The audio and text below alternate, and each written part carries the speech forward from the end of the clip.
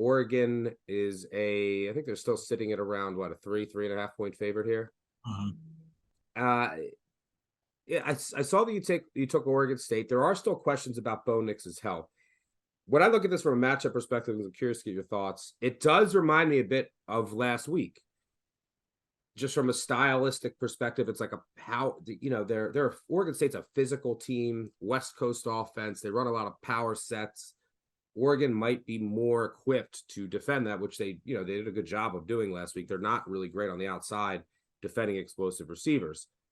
But Oregon State, their weakness is their rush defense.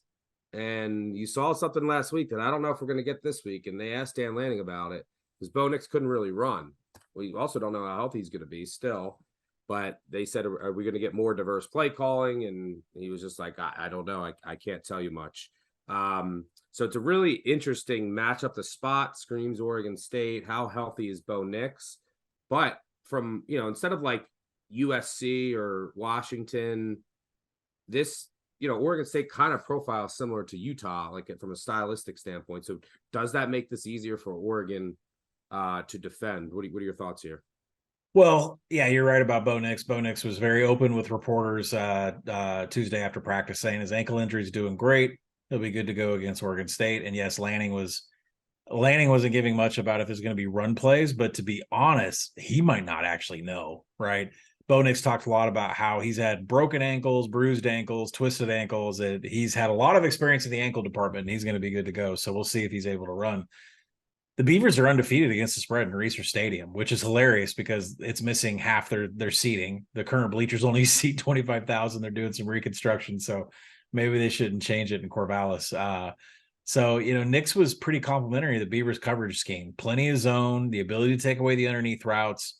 And the Ducks offense may just come down to, can Nix extend plays with his legs? If the answer is no, then the Beavers have a chance to win this game. If the answer is yes, then it's a completely different handicap. But there are big advantages for Oregon State from a rushing perspective. Now, we've said this before. Oregon can't stop anybody, right?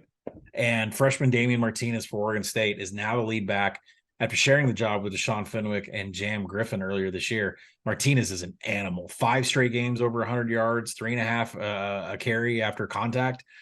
He's created 37 missed tackles. And Oregon State's one of the best teams in the nation early downs because of the rush. That's where Oregon's defense really struggles. They're 80th in standard down success rate.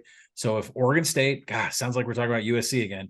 Oregon State can not have any turnovers, keep the chains moving on early downs, they'll win the game. Now, we all know that the Beavers like to shoot themselves in the foot. So I did buy the 3.5. I figured this will settle at 3. And I'll be watching it live. If Bo Nix is running, if we're in the first quarter and he's out there running all over the place like a madman, like he used to be, I'll happily buy out of this. But until we see that, I'm going to roll with the Beavers. Yeah, I probably wanted to bet on this. I would actually lean under, though. I think it's going to play slower. Oregon State wants to grind it down. Oregon's strength is their run D. I don't think Bo Nix is going to be at 100% mobility. And Oregon State's strength is their secondary.